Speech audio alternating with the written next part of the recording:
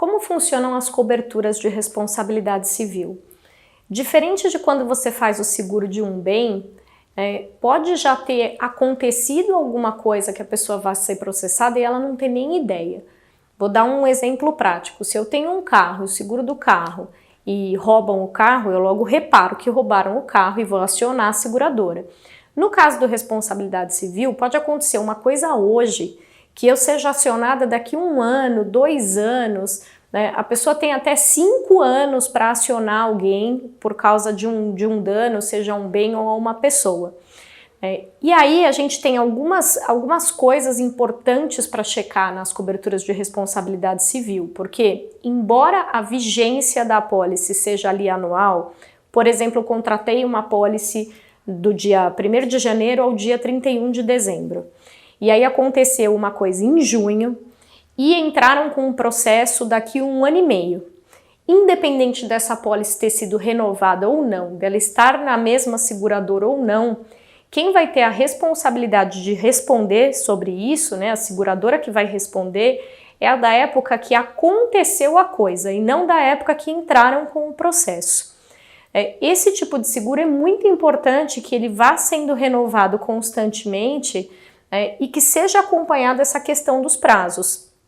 Todos eles vêm com um período complementar que é de 2 anos. Então, mesmo que o segurado não renove a apólice naquele ano, se ele for acionado até 2 anos depois por algo que aconteceu durante a vigência, a seguradora tem que arcar com aquela despesa.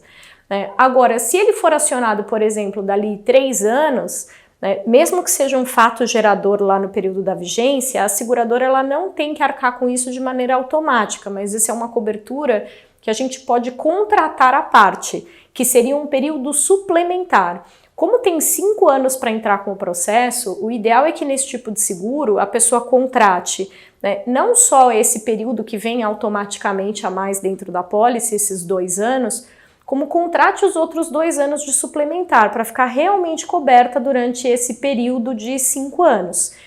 E aí não adianta a gente pensar, mas eu vou renovar todo ano o seguro. A questão é que o que oferta a cobertura é a data do fato gerador. E como a apólice tem vigência anual, a seguradora ela não tem obrigatoriedade de renovar. Pode acontecer de uma empresa passar por um processo e dar um prejuízo muito grande para a seguradora e a seguradora tomar a decisão de não renovar.